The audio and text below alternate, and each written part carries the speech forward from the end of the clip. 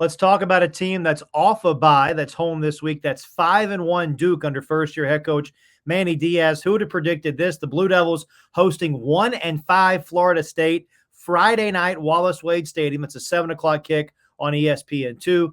And if you wouldn't have believed any of this, you wouldn't have believed that the Blue Devils are a 3-point home favorite.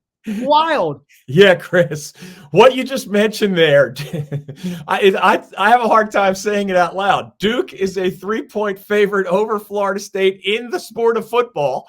That's fascinating to me in part because these two teams have played each other 22 times, and all 22 times the Seminoles have emerged with the victory. In fact, this is one of those rare rivalries where the entirety of the rivalry has come not only in our lifetimes, but has come during my time covering the Atlantic Coast Conference.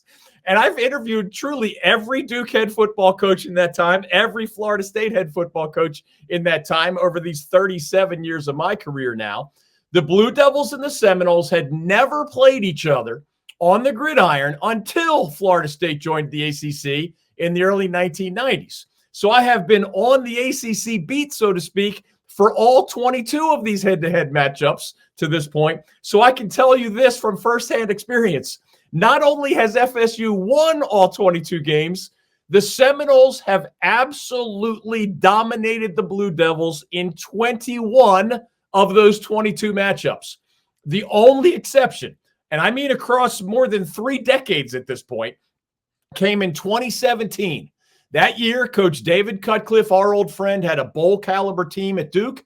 Coach Jimbo Fisher, remember, was struggling through a 7-6 campaign at Florida State in what turned out to be his last year with the Seminoles before jumping to take the Texas A&M job.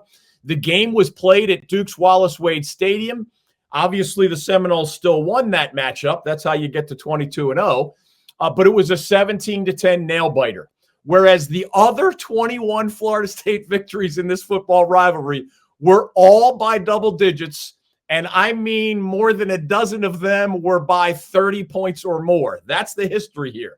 Now this year, Duke is favored because the Devils are 5-1 and playing very good defense under their first-year head coach Manny Diaz, whereas Florida State is 1-5 and playing some of the worst offense in the modern history of Florida State football. Not an exaggeration. Duke's D is giving up only 17 points per game, which is second best in the ACC right now. FSU's offense is averaging only 14.8 points per game, which is by far the worst number in the ACC.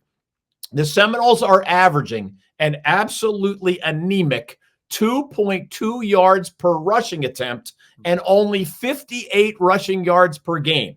Last week against Clemson, FSU finally made a switch at quarterback with Oregon State quarterback transfer DJ Uiagalelei out with a finger injury. The backup quarterback at Florida State, Brock Glenn, spells it the same way, but no relation. He's a redshirt freshman, threw for 228 yards, 2 touchdowns, 1 interception for the Seminoles as they lost 29-13 to those Clemson Tigers. Glenn is expected to start against the Blue Devils. He did start, remember, the Seminoles ACC championship game victory last year, but he also started that disastrous bowl game against Georgia.